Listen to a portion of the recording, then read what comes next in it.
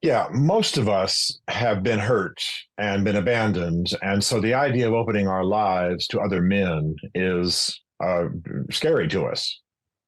And I got to tell you, it takes courage to basically emotionally strip and let other men speak into your life. Hmm. But I'm going to tell you that I can't do life alone. And I need men who see me more clearly than I see myself. Let me just say it real strong. And I know you like. I know you want me to speak bluntly here, and I promise not to be harsh, but I want to say it clearly. A man who is self-defined is defined by a fool. A man who lives his life purely on what he knows about himself by himself is heading for trouble. You see, let me give one of my favorite illustrations. Not too many years ago, a guy came up and showed me a picture that had been taken at a party I had attended. I looked at the picture and I said, "Who's that?" He said, "It's you, fool."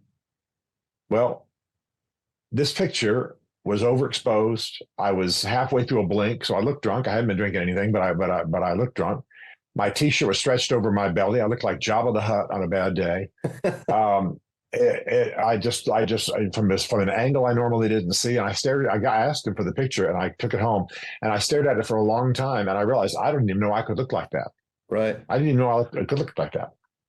And the fact is that, when you look in the mirror, they tell us we don't even see ourselves accurately when we look in the mirror. It's some kind of reverse image and our eyes mess with it. And so the only way you're going to be successful in life is that you allow other people who care about you to see you in the way you really are. I need guys who see me in 3D view.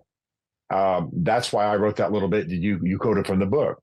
I want guys who can tell that I'm gaining weight because I'm using more belt holes when I can't tell. I want my guys who can sense what's going on in my home without me really being aware of it. I want some of my members of my band of brothers are big NFL guys, ex-NFL guys, because I used to help chaplain an NFL team. And one of those guys walked to me and said, "You don't know what's going on with your son, do you?" I said, "No." He said, "You mind if I talk to him?" I said, "That's fine. I trust you completely." Something was going on with my son. I didn't see it. I was too close to it. He'd been through it. He knew it. He went, dealt with my son. I still to this day don't know what it was, but it got fixed. Mm. Because we mock Hillary Clinton about her book, It Takes a Village. But let me tell you what, it does definitely take a band of brothers. And the reason it takes a band of brothers is I'm too stupid to see everything about my life I need to know. I don't know when I'm slipping. I want the guys to hear if I'm dropping the F bomb. I don't drop it at all.